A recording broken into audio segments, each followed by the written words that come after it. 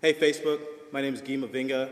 You're watching our marching percussion live stream. We're going to talk about some snare drum basics and kind of get you acquainted with some of the stuff that we see on a regular basis as a marching instructor. A little bit about me. I'm actually the box office manager here at the Academy Center of the Arts.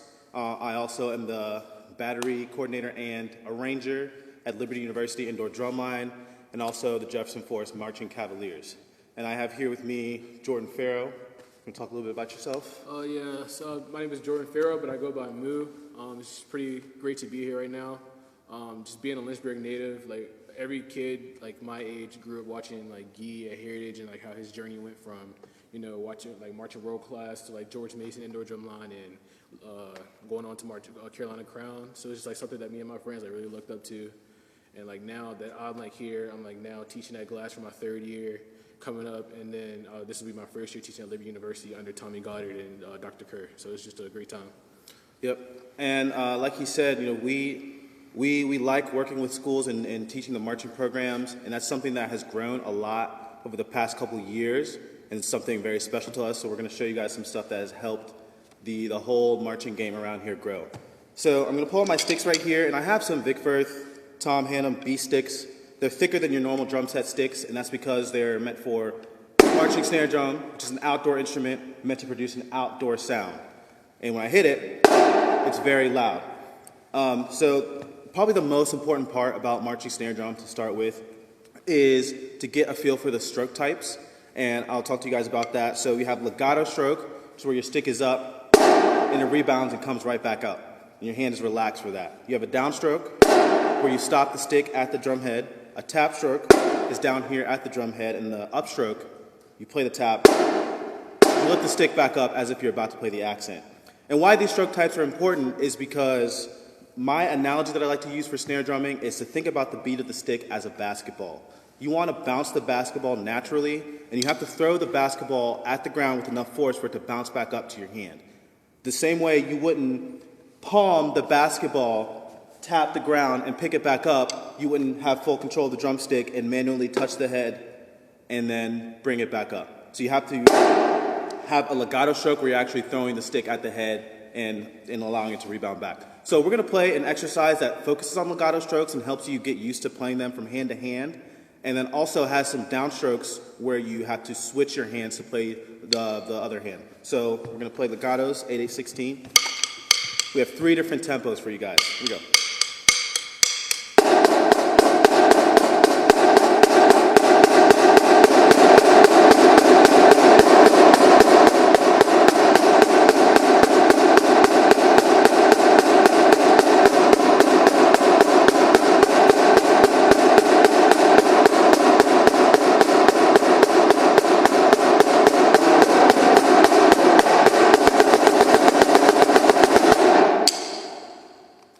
A little bit faster.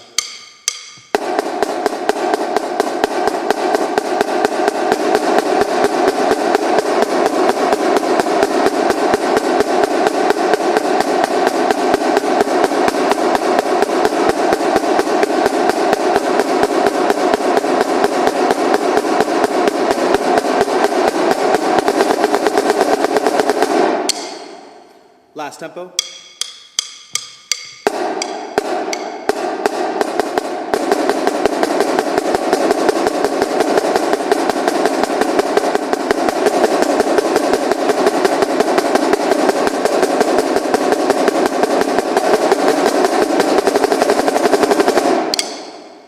Cool. So those are legato strokes. I want to talk a little bit about the grip. So right hand, I have my stick here, and I'm grabbing it with my thumb and index finger about a third up from the bottom of the stick. And I have my thumb flat on the stick as if I'm taking a thumbprint, and then my index finger wrapped around. I got this middle bone right here, right across from where the flat part of my thumb is. These back three fingers just kind of naturally wrap around the stick, relatively disengaged most of the time. Common mistake that drummers make is over squeezing back here, and it doesn't allow the stick to actually bounce and rebound. This is the equivalent of palming the ball. Left hand, a third up from the back of the stick as well, and I have the stick sitting in here in this pocket between my thumb and my index finger. Again, 2/3 of the way up the stick.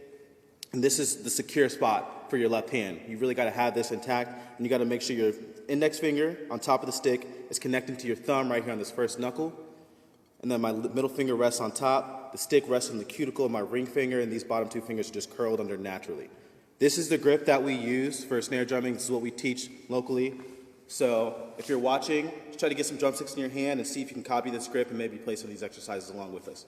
We're going to put some accent patterns to the same exercise that we just did, just to work on some downstrokes more and create a cool groove type effect.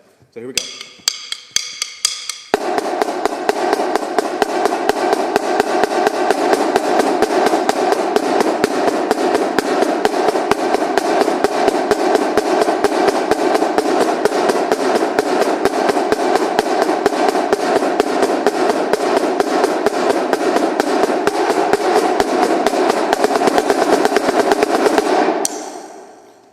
Here's one more accent pattern for you guys.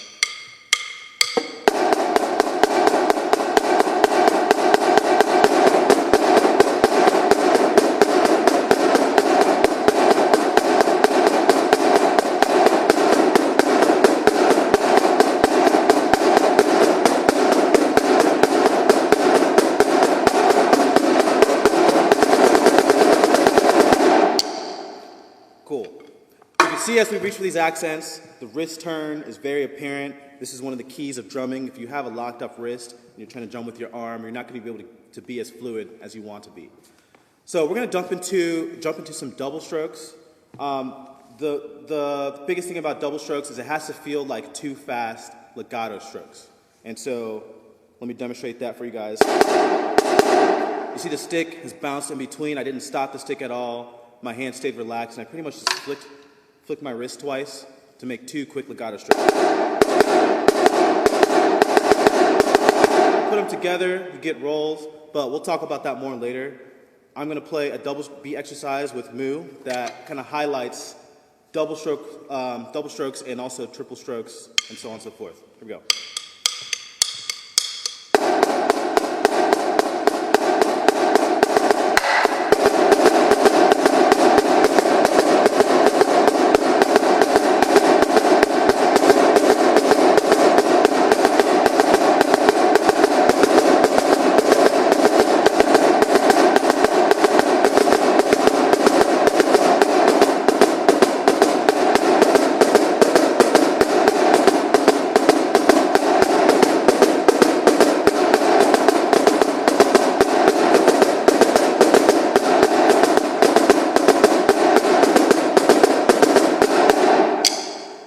Let's do that a little bit faster.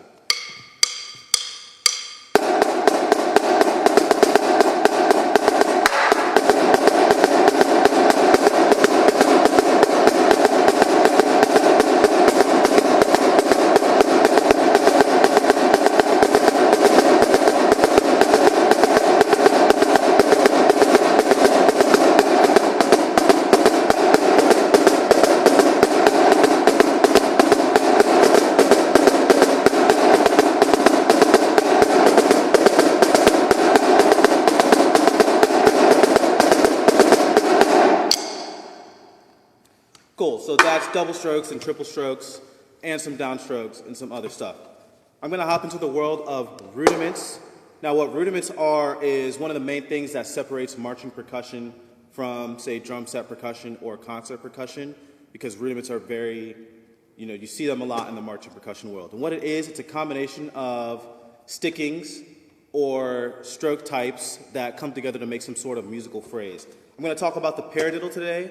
And that is a weird sounding rudiment to anybody that doesn't play drums, but if you do play drums, you hear it all the time, you probably play it all the time, so on and so forth. So paradiddle consists of right, left, right, right. Or left, right, left, left. It's the same thing, either or, whether it's a right paradiddle or a left paradiddle. So, or, usually the first note is louder, so.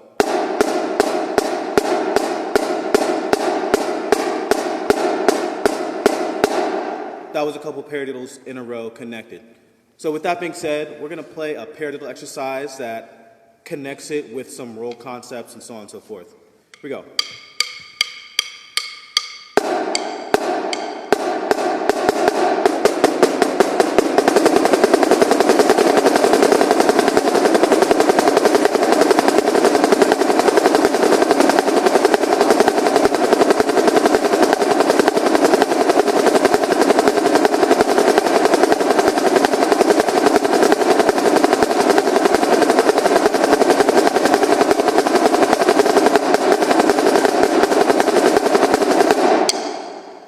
Let's do that a little bit faster.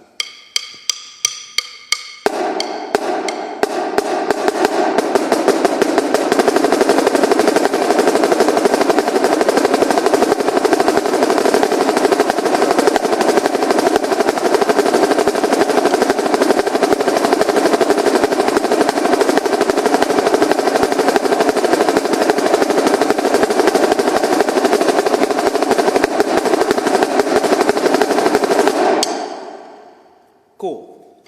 Those are paradiddles and some other stuff in between. Next rudiment I want to talk about, which is half skill set, half rudiment. It's a flam, and really that just consists of a grace note and a primary note. And what does that mean? I'm going to play a right flam for you guys. See, my right hand preps to be the primary note, but right before that is the grace note that comes right before and stays low to the drum because it's not meant to be heard as much as a primary note. You can have a low flam, same concept, grace note, primary note. There are rudiments that involve flams and other stroke types. So for example, the flam accent. It has a triplet feel where the flam tap kind of has a 16th note feel. And if you're not a drummer, you can recognize a flam by the crunchy sound it has to it. It doesn't sound like one note. It sounds like two notes kind of pushed together almost to where it has a sort of crunch to it. So we're going to play a flam exercise for you guys at 2 tempos. It has a lot of flam accents and flam taps and some other things. Here we go.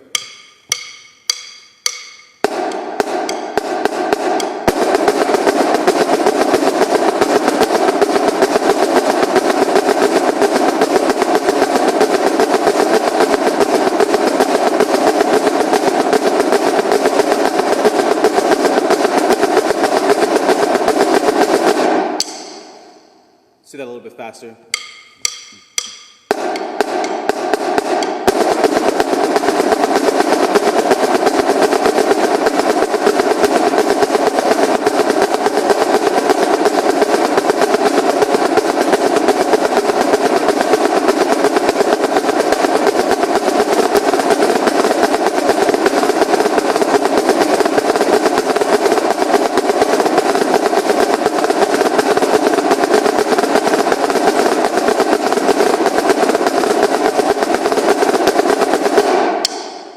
Cool. We decided to throw some extra spice on there at the end because why not?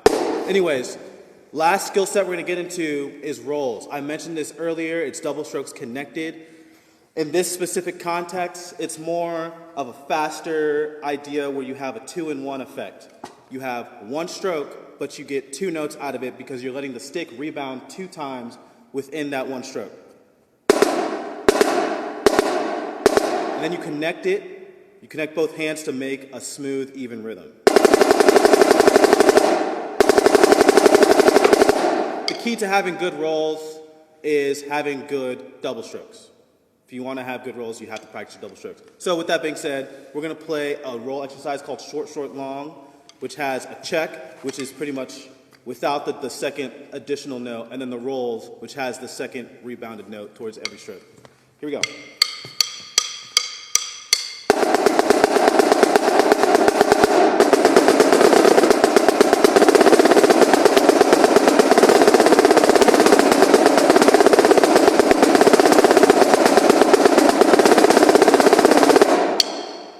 Sorry, I messed up at the beginning. All right, so we're going to play a more complex roll exercise for you guys that we actually used this past season at Liberty Indoor to warm up. Here we go.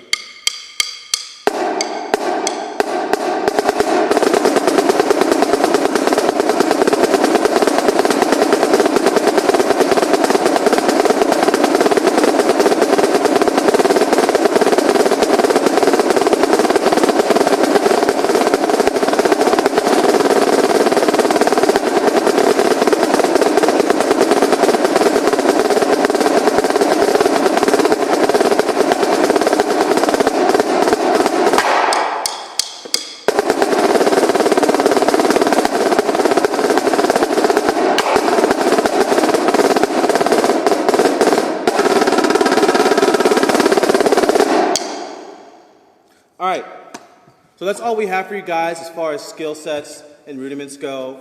Just remember to check us out on Instagram. My @ is gsylvain.93. Muth_Farrow99. Yes, and please come out to a marching band competition or a drumline show or anything drumline related just to see what we got going on in the community. Super important to us. I know some surrounding counties are thinking about shutting down the arts. That's just something I feel very passionately against, because the arts has more or less saved me, and I've watched it save a bunch of other people from just not knowing what they're going to do in life. So we got one more thing we want to play for you guys. It's a little etude that we put together just for this occasion, and it's entitled Wash Your Hands. Here we go.